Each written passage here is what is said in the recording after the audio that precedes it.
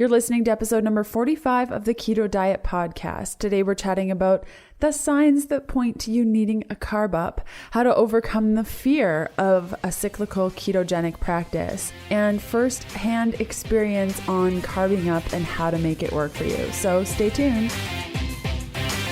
Hey, I'm Leanne from healthfulpursuit.com, and this is the Keto Diet Podcast, where we're busting through the restrictive mentality of a traditional ketogenic diet to uncover the life you crave. What's keto? Keto is a low-carb, high-fat diet where we're switching from a sugar-burning state to becoming fat-burning machines.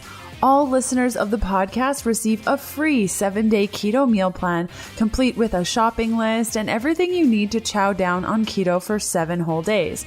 Download your free copy at healthfulpursuit.com/keto meal. The link will also be in the show notes for today's episode. Perfect if your daily keto meals have become a bit lackluster, if you're new to keto and a bit lost when it comes to eating what and how much, or thrive on being guided on what to do and when to do it. Again, that's healthfulpursuit.com/keto meal. Let's get this party started.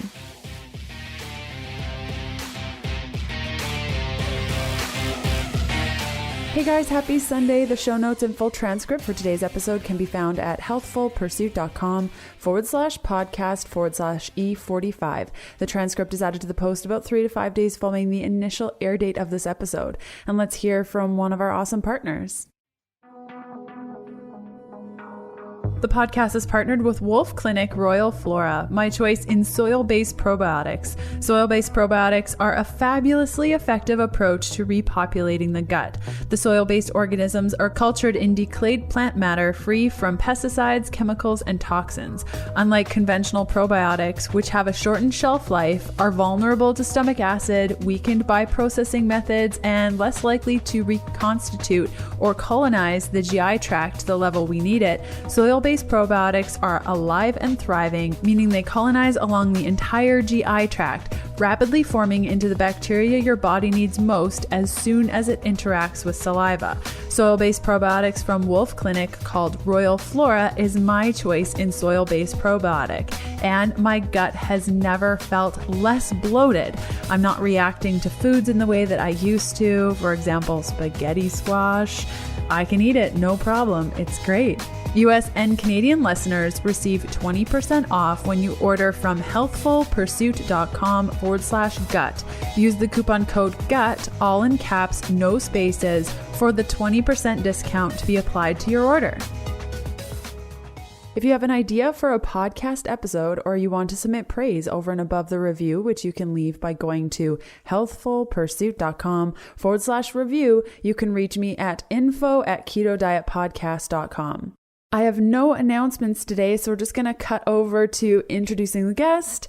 Our guest today is Maritza Ann, who struggled for 18 years with body dysmorphia, calorie restriction, binging, purging, and during the last 5 years, she struggled with depression. With my fat-fueled keto protocol, she went from 195 pounds to 130 pounds, but more importantly, beat the depression and regained a healthy relationship with her mind, body, and with food. She has been living a keto life for 2 years now, and we wanted to have her on the show to talk one-on-one about her carb up experience, because I know that there are a lot of individuals out there that are kind of iffy about how to add a carb up practice to their life. So if you're not familiar what a carb up is, basically it's when you eat low carb, high fat for a period of time, and then you eat some carbs. And those carbs can be things like paleo friendly things like sweet potatoes, cassava, potatoes, any sort of fruit. You can go with like the paleo treats. You can go with like pizza if you really want to, but you probably won't feel the best. But it just encourages you to have more of a natural relationship with your ketogenic diet. Now, with carb ups, and something that I want to point to, if you've been told that you need a ketogenic diet by your doctor or healthcare team in order to heal something, I wouldn't practice carb ups just because your doctor or healthcare practitioner wants you on a strict ketogenic diet. So the carb up conversation is more for people that are looking to gravitate toward a ketogenic diet for overall health and wellness. So if you are In that bucket, today's show is for you. If you want more information about carb ups, there are two things that you can do right now. The first is in the show notes, I'll include a link to a blog post that I created that has all of my resources on carb ups, what they are, how to eat, all of those things if you're curious about this. If you want to go a step further, my program Fat Fueled is probably going to be the one for you, where it talks about how to heal your body with a ketogenic diet and using carb ups if you feel like it. And the third thing you can do is that I've prepared a resource which you can access at healthfulpursuit.com/carb up that includes over 100 carb up recipes of any carb up item you could ever think of, from grapes to bananas to sweet potato and pumpkin and just about everything in between. So if you're struggling on how to lower your fat and also increase your carbs on a carb up practice, that is for you. So let's cut over to the interview. Hey Maritza, how's it going? I'm good. Awesome. Thanks so much for coming on the show today. It's my pleasure. So stoked. For listeners that may not be familiar with you and your story, how about you start off by telling us a little bit about yourself? Well, I am 36 years old and I have 2 kids right now, 5 and a 2-year-old. And I, just like every mother, struggled with the baby weight. But in my case, it was more of because of 18 plus years of restriction. And when I became pregnant, I kind of, told myself I was not going to restrict because I really wanted that little being to grow healthy. So I ate everything and ended up gaining about 90 pounds on both pregnancies. So it was quite a bit of a struggle to get that weight off. And of course, after I had my first child, I kind of went back to my usual ways of losing weight, which is heavy restriction, binging and purging, excessive exercise, and just, really just tiring myself out. And I think with my first child, I struggled heavily with postpartum depression, and it was really hard for me to kick, and they put me on antidepressants and birth control because they said it was a hormonal issue. And when finally I started, thinking about having a second child, I really wanted to get myself healthy.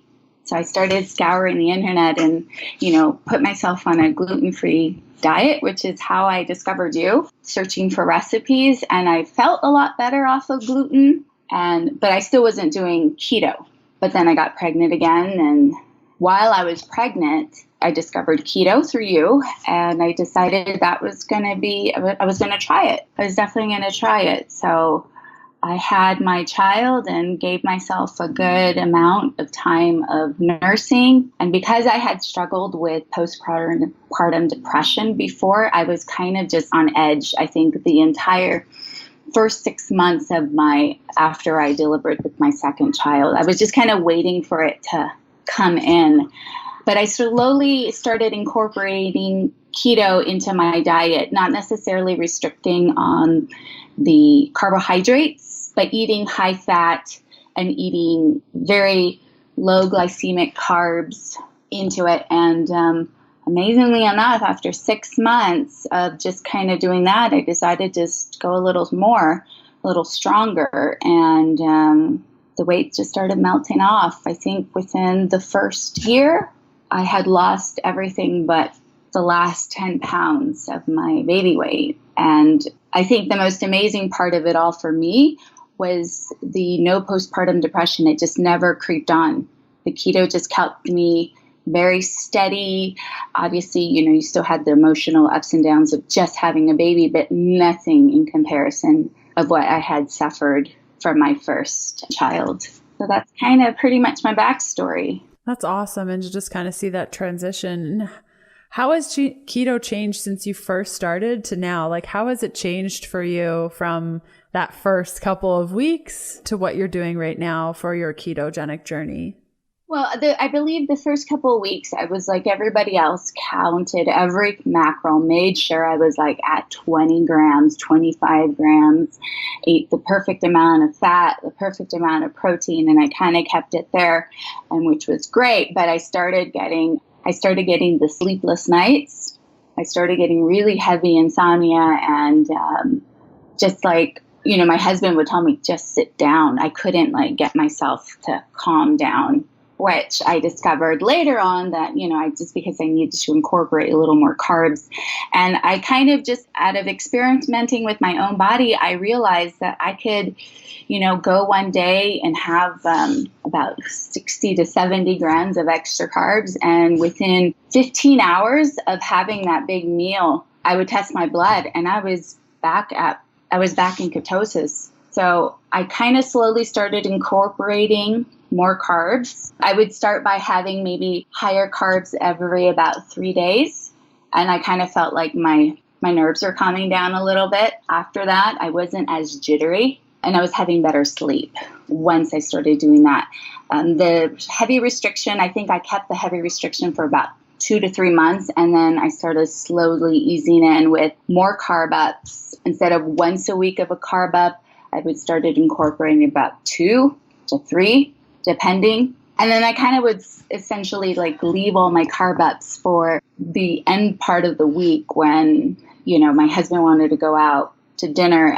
My husband is Korean descent, so eating rice is an essential part of his life. And it's just what we do. And we noticed that white rice doesn't do much to me. So we would have, our Korean meals once a week and I would still be fine.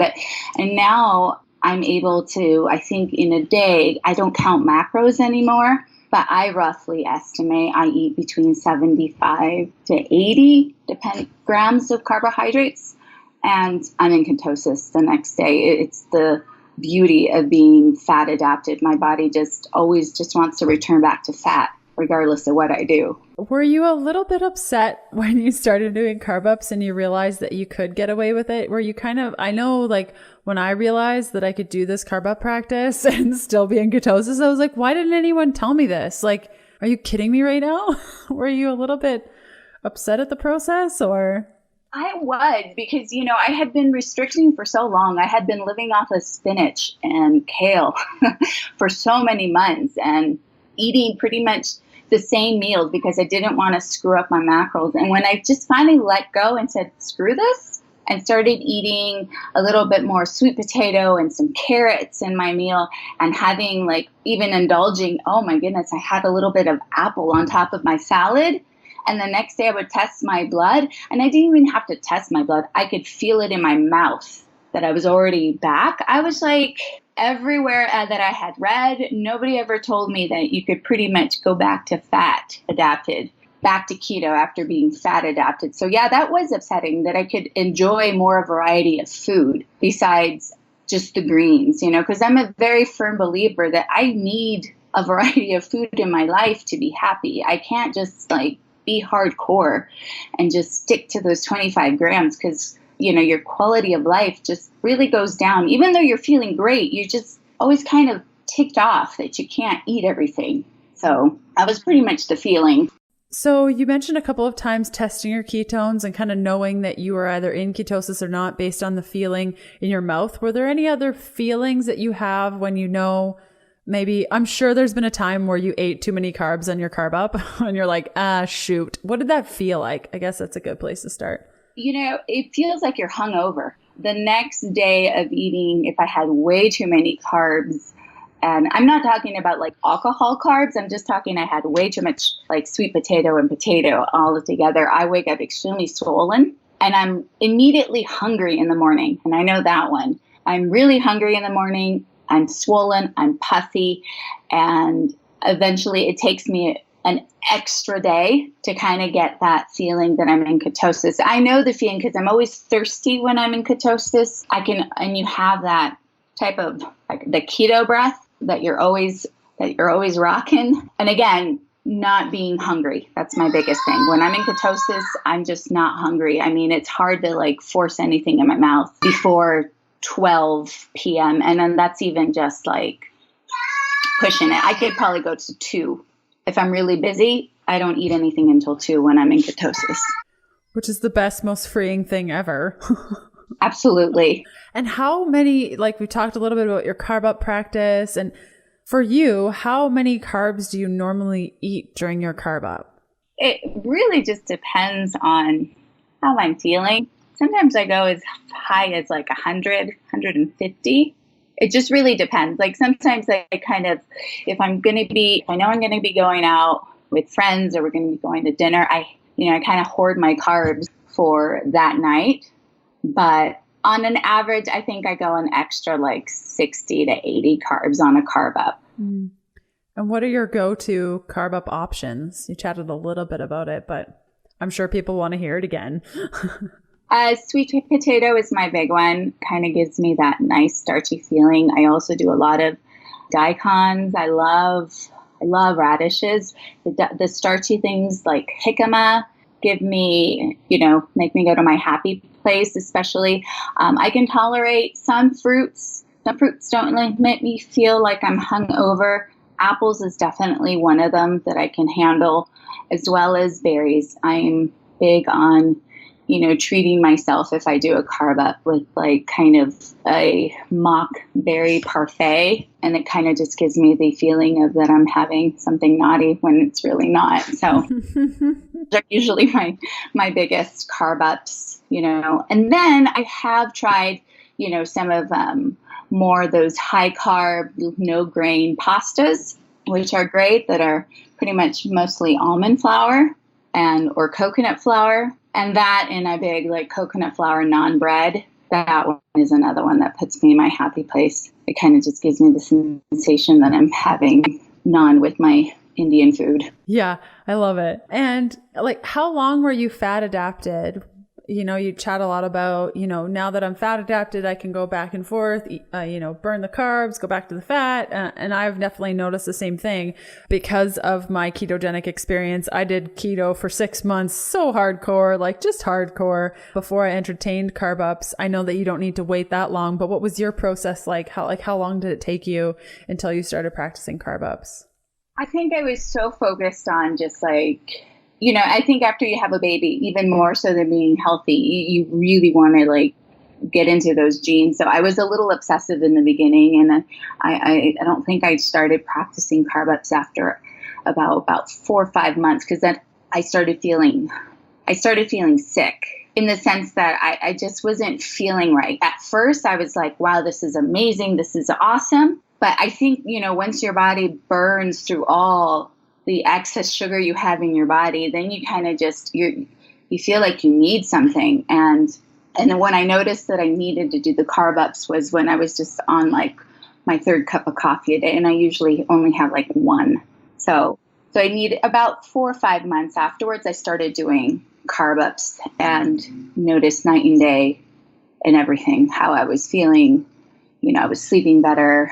My hair didn't stop falling out. And I just started getting all my baby hairs coming out again. So that's pretty much the time frame. Yeah. And to be noted, like your body was fat adapted by that time. It was burning fat as energy for probably months. So it's quite interesting. Oftentimes when you hear that experience, you're like, oh, well, you just didn't eat keto long enough.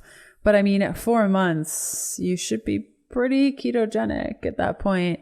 And that's one of the reasons I waited so long to eat carbs, is because I was afraid that I hadn't waited long enough to start feeling the benefits of ketosis. But I think if every day you're waking up and you're just not feeling quite right, you need to really listen to your body. And it's good that you like took a step back and were like, wait a minute, I don't know about this. More on my interview with Maritza after this message from one of our podcast partners.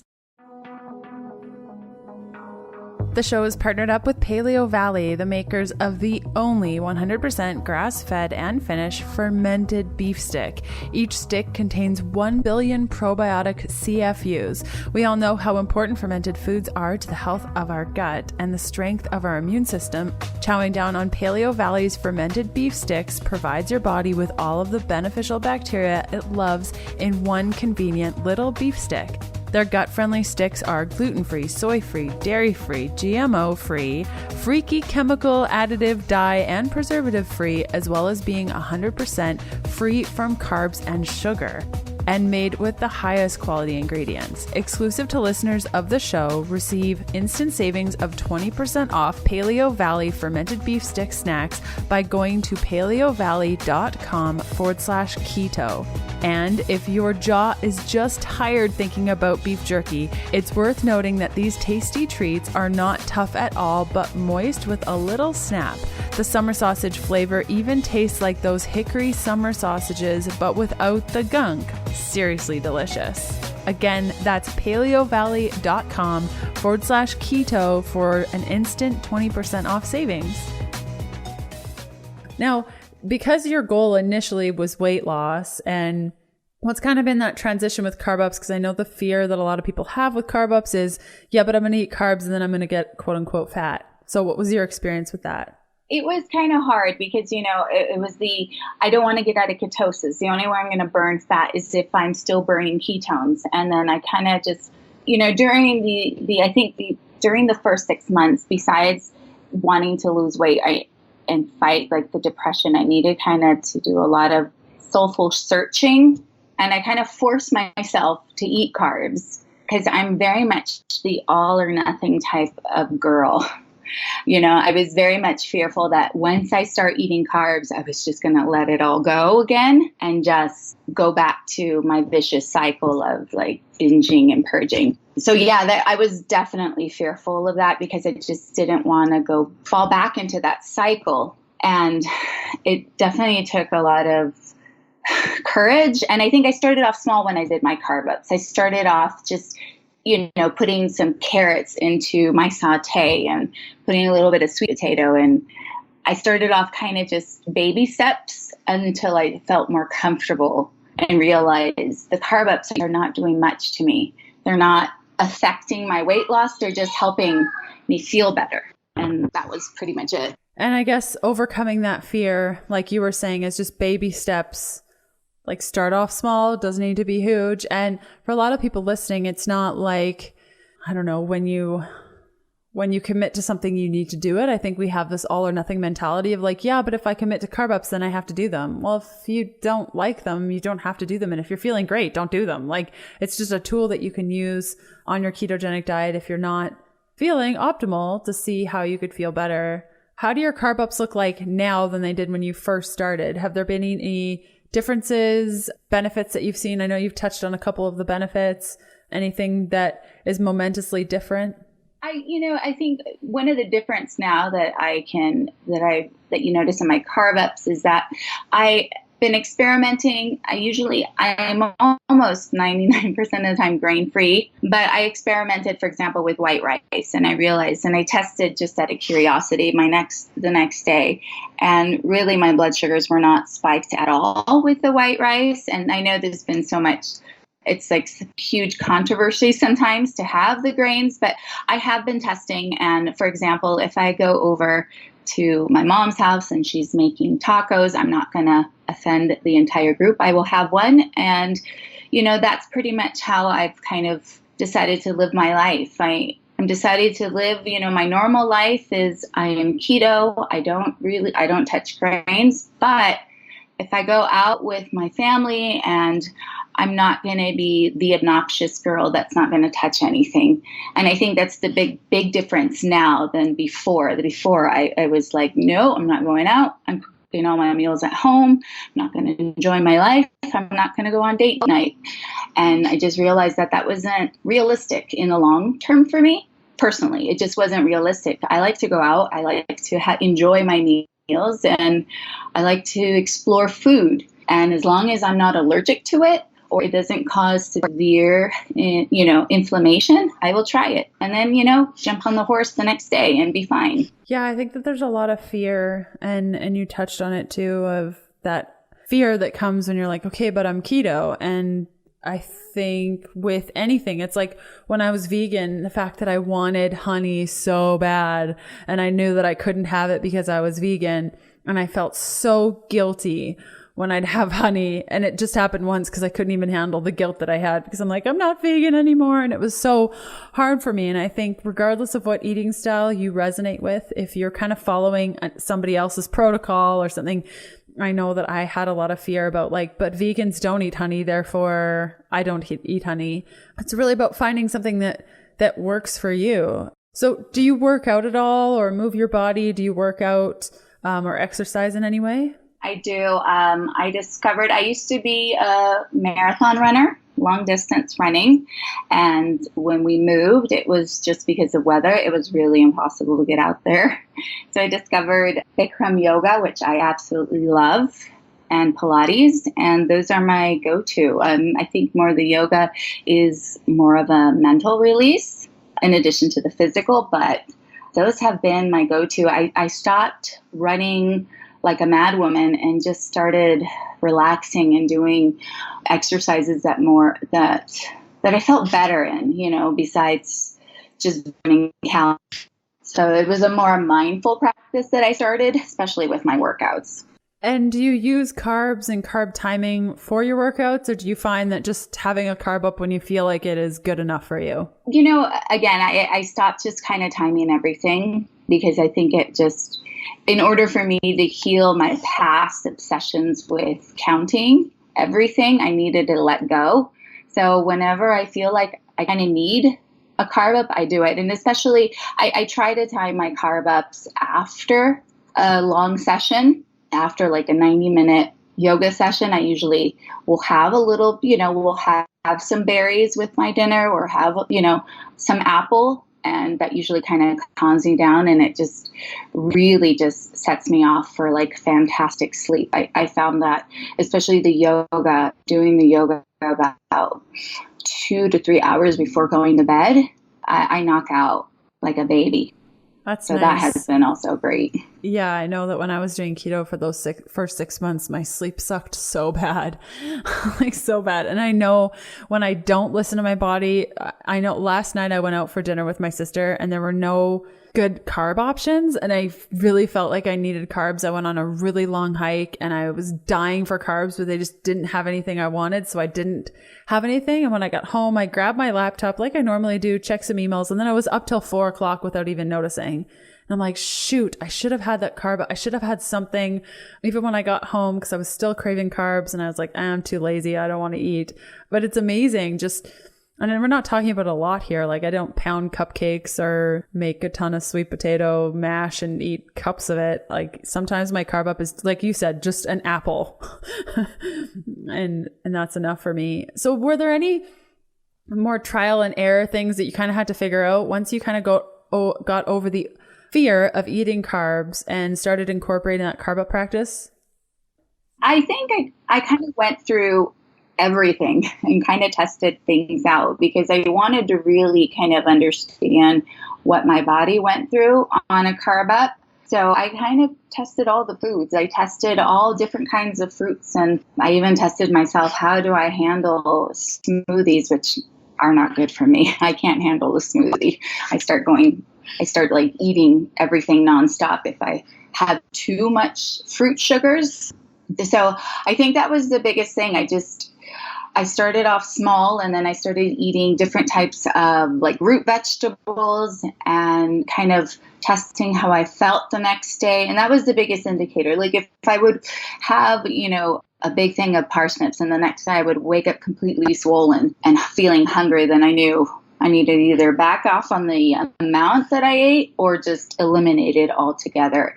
And I know this is like kind of difficult for people to hear, but you kind of just have to be your own guinea pig and test everything out. And that's kind of was the fearful thing, because in testing things out, I would, you knock yourself a little bit out of ketosis, maybe for, maximum of 2 days. But I had to be willing to do this because if I decided, this was a lifestyle I was going to be doing for a long run. It wasn't going to be just to lose the last pounds. It was going to be for the rest of my life, because I just feel so much better on ketosis than I do on carbs. I mean, my digestion, I can immediately tell when I eat a bad carb, my stomach starts talking to me. It starts telling me no. So it is a lot of trial and error, but it's definitely worth it to kind of experiment with pretty much your grocery store and see what works and what doesn't work. Yeah. My favorites. What are your favorite carb ups? I know we chatted about it a little bit, but like some of my favorites are cassava cooked in my Instant Pot with some lemon. I just love that so much. And what else? Oh, I really love smashed potatoes. So like cooking potatoes in a little bit of fat. What are some of your favorite like carb up, other than the sweet potato? Because we chatted about this, but how do you even prepare the sweet potato?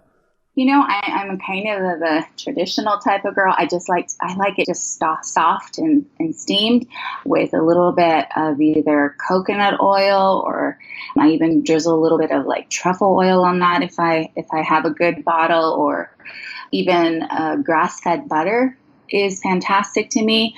I love cassava. Cassava is my go-to for pretty much everything. I even incorporate a little bit of carb ups. Like if I'm doing some kind of sauce and I throw a couple of tablespoons of the cassava to like kind of thicken it up, and I kind of sneak in some extra carbs that way. I make cassava tortillas, which are fantastic, as well as I already mentioned the naan bread, which is to die for. But and sometimes people look at my meals and I'm having a carb up, and it really doesn't look like I'm having a carb up, because I'm having, for example, like chicken thighs in a coconut cream sauce, masala style. So, just having the extra tomato sauce in there with some naan bread on the side with some broccoli. It doesn't really look like I'm having a carb up, but it's, it is quite a carb up to have.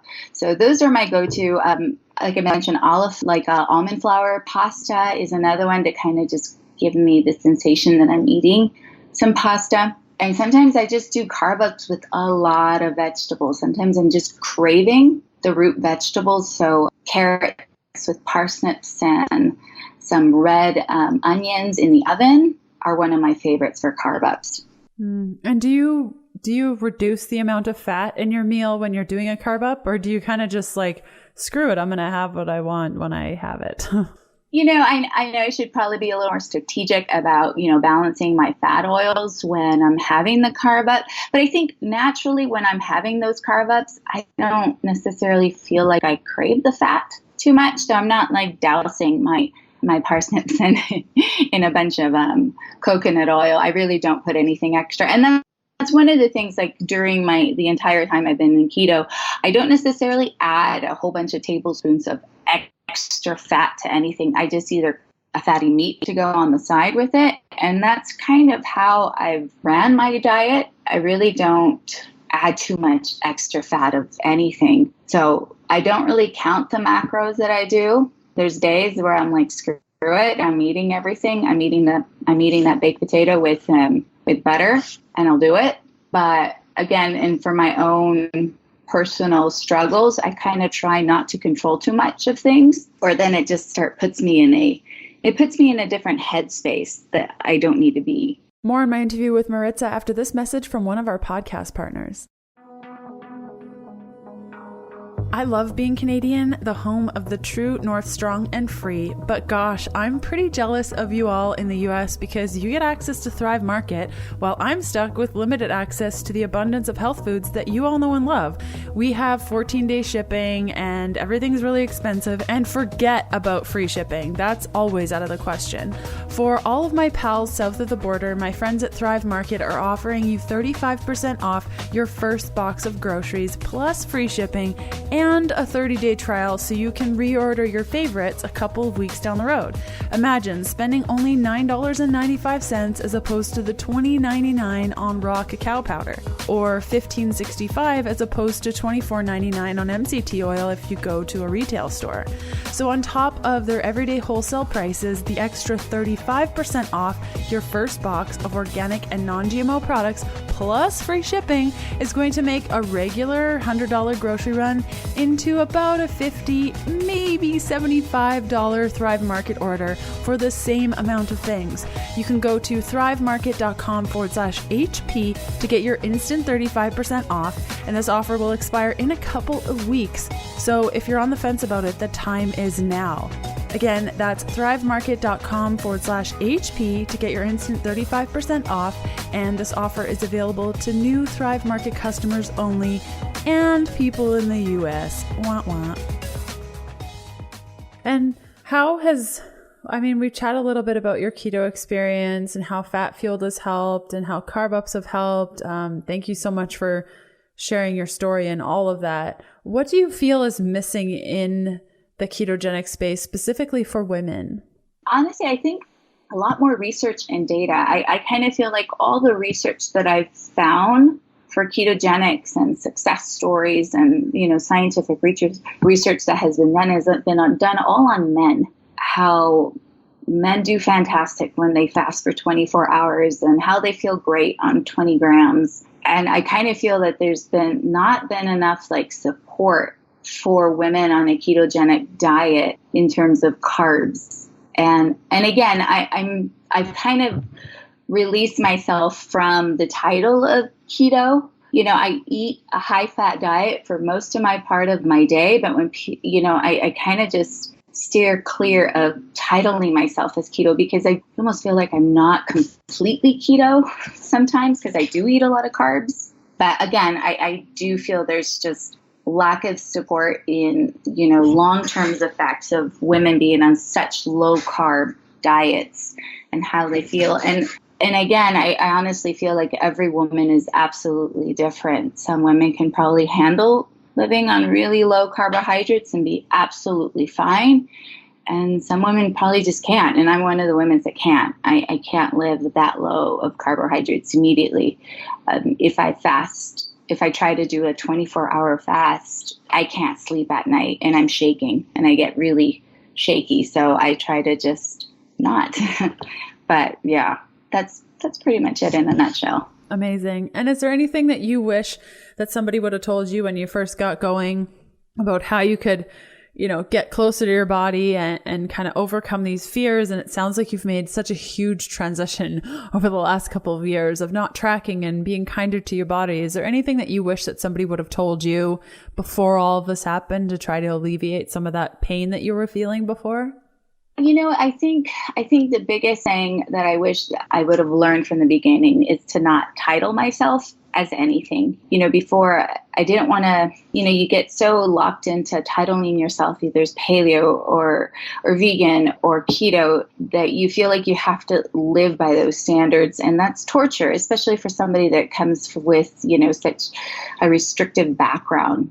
And once I think, I kind of felt like I wish somebody would have told me in the beginning, it's okay to live, for example, a mostly ketogenic life and still enjoy everything and still enjoy grains on occasion and still enjoy food on occasion and still just go back to that life and just, resume normally. I think it would have been an easier transition than me trying to, scour the town for restaurants that would have been more keto friendly or more paleo friendly from the beginning. So I think, for me, the biggest thing was not labeling myself because that just was too much of a restriction. It was freeing once I realized I'm going to eat everything I want.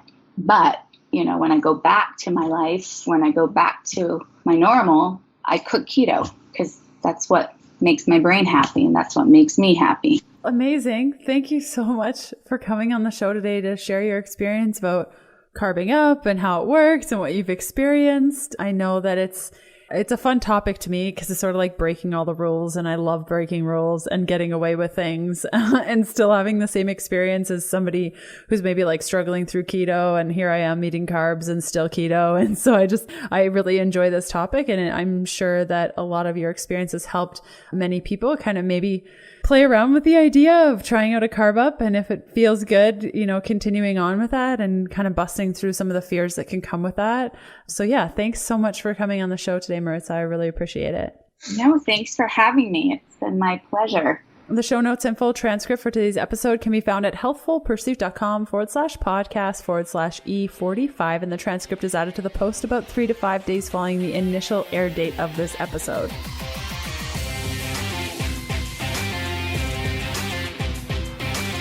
And that does it for another episode of the Keto Diet Podcast. Thanks for listening in. You can follow me on Instagram by searching Healthful Pursuit, where you'll find daily keto eats and other fun things. And check out all of my keto supportive programs, bundles, guides, and other cool things over at healthfulpursuit.com/shop. And I'll see you next Sunday. Bye.